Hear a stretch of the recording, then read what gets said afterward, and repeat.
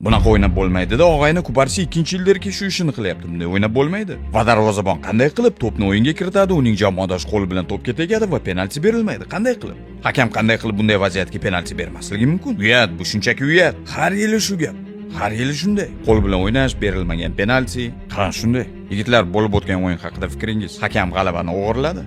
Og'ayni har doimgidek g'alabani o'g'irlashdi. Bu achinarli. Barselona ozroq o'zini qo'liga olish kerak. Har doim shunday. Buncha ko'p gol o'tkaza olmaymiz. Hakam Barselonaga qarshi ishladi.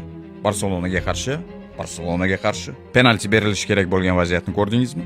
Bu penalti. Penalti bo'lmasdan nima? Hakam o'zi istagancha talqin qildi. Bu vaziyatmi? Bu vaziyat. Bu mavsum Chempionlar Ligasida shunday vaziyat uchun penalti berilgandi, bizga esa yo'q. Play-off masalasi halmi? Ha, remontada qilamiz. Barsa. O'yinga kiritdi va to'pga qo'li bilan tegdi. Bu otning kallasida penalti. Barselona bunday o'ynagan holda shuncha sariq kartochka va qizil kartochka olish uyat. Bu vaziyatni ko'rishni ham istamayman. Bu uyat, bu o'g'irlik. To'pni qanday qilib jarima maydoni ichida ushlash mumkin? Bu nima, 8 yoshlar o'rtasidagi futbolmi? Hammasi bizga qarshi bo'ldi. Pubil qo'li bilan to'pni ushlayapti va darvozabonga qaytaryapti. Bu nafaqat Kunday Ravshan, balki sharmandalik. Sharmanda. Uyat. Achinarli holat. Rasvo hakamlik.